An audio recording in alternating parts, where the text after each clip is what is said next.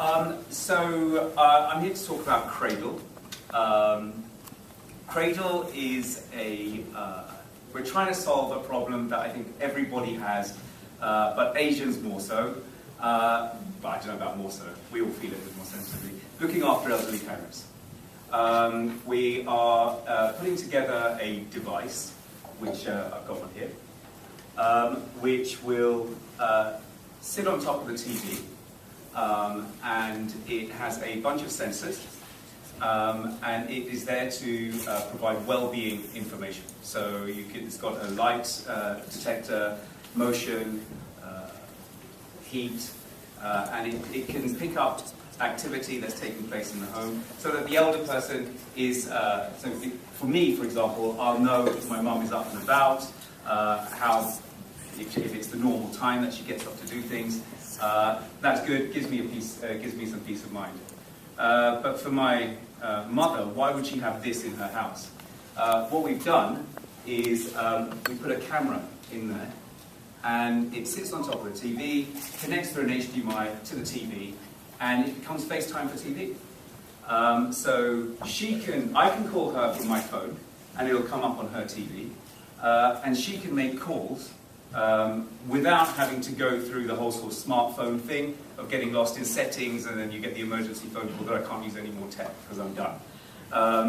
She can use this remote control that we've got. Very simple. You press yes, no, exit. You can't get lost. What comes up on the screen is a carousel.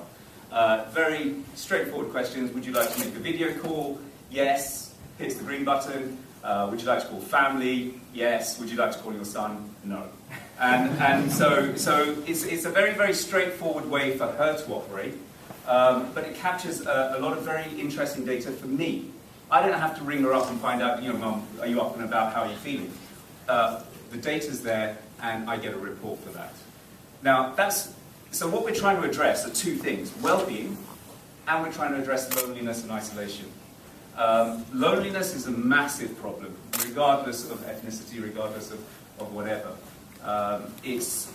For the over 65s, it's got a higher risk of mortality than smoking, obesity, various others.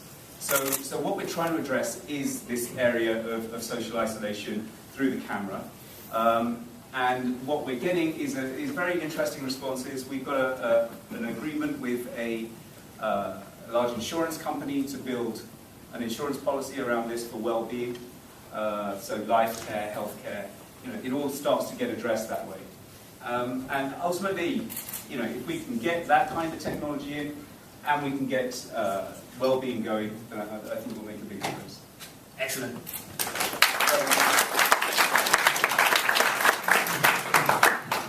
Wonderful. Could I invite some questions, perhaps from our panel first? Yeah. Hold on. Sorry, my question is going to be, could you actually take your application one step further and develop a health ecosystem to enable people to live longer in their own homes? That's exactly what we do. That's exactly what we're doing. So the device has got a Bluetooth chip in there, and we've integrated a blood pressure monitor, weight scale, activity band. And then you can start seeing the whole IoT thing start to happen, right? Mattress monitors, etc., etc. So yes, definitely, and that's part of what the insurance relationship is about. So that was really my question. You can actually have monitors in all the rooms, the different rooms, so you can actually get a global view of what's going on. That's right. They're not going to be at the TV all the time. Now, there are a bunch of offerings like that already, right, where you have a whole load of sensors around the house. What we found from user groups is that they don't want to have devices and gadgets everywhere.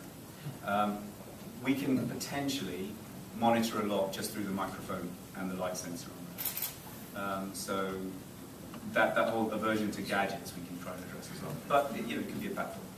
How big is the opportunity here? And historically, Asians, Indians predominantly, is generally, the eldest son would generally live with the parent. Is this a solution for the eldest son to take a vacation? Right? Is it a solution for parents who are living on the road, or is it a solution also for parents who live with their son, what they're out to work, and they can just monitor the parent? it's a solution potentially with all those use cases. It's going to work in some, it's going to work better in some, and not so well in others. We're testing it initially for people living by themselves, but people who have a network of carers around them. So the straightforward play is for me to buy it for my mum, and she keeps it in her house.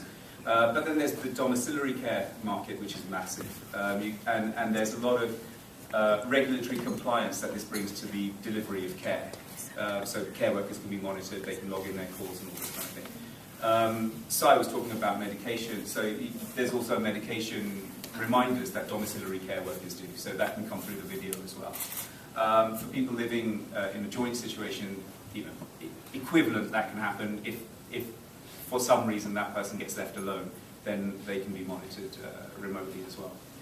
The size of the market is, so there are about 4 million people over the age of 75. About 3/4 of them are women, and I think it's 40% of those people have one conversation a month. So it's a huge problem. And inside the company, we've ended up encumbering ourselves with this, that we don't get this done, who's going to do it? Right? It's a massive problem for everyone. So, can you put some money on this? In terms of how much can you make, what's the market, and if you need any money, what's the deal? So I'll take that in reverse. So we are going into beta in September. So if anybody here is interested in talking about trialing, give me a shout. So we're going to go into beta in September. We're looking for launch in Q1, Q2 next year, depending on the beta results and what we get. Right now, the way that we're thinking about this is that there's the hub that has a price tag associated, probably be about £250, £300, and then something like a £20 to £30 a month service. This is going to have we think that there's a whole sort of social engagement play that takes place around this once you start connecting lots of people, and particularly the people who've been receding from view. So we're thinking of, if you think about it in terms of the market for the telematics black boxes for car insurance, it's a very similar kind of area like that. So in the UK it's about 3 million people, Europe-wide it's about 30 million people, and if we can get the insurance model running, then we think we can actually penetrate quite deep into that population. In terms of forecasting, it's an interesting question. Our uptake, we think, will be in the multi-thousands over the next couple of years. But there's a strong network effect at play here, right? If my mum gets it, she's going to talk to her friends, and they're going to want it as well. So we think there'll be rapid growth as long as we can get the right kind of traction to begin with. We just had one question waiting in the wings. Future voice tech. Why would you Amazon Alexa? Yeah, absolutely. Why would we use it as? Well, Amazon Alexa isn't targeted at... Yeah, it is absolutely cheap. But a lot of people who are in the target audience group want simplicity. They don't want to be gadgetified. What's in the voice? No, there's nothing, and it works really well, right? But a lot of the feedback that we do get, because they're co-designing with lots of different groups, right? And they do feedback that they find that confusing, right? When it talks, when it doesn't talk. But we want to build voice activation into it, and probably be through one of the videos. And just a question. Have you looked at the wearables technology market, and to what extent would that sort of alleviate the need for sensors and different things? So, I know there are a couple of other sort of, incumbents that may be looking at it from the perspective of people that maybe are, potentially going to prison and effectively they're at home and they're, effectively wearing a wearable instead. Is that sort of very kind of applicable? I think it is. And there are many of those kinds of devices and technologies out there. But just from personal experience, so my mother and my mother-in-law refuse.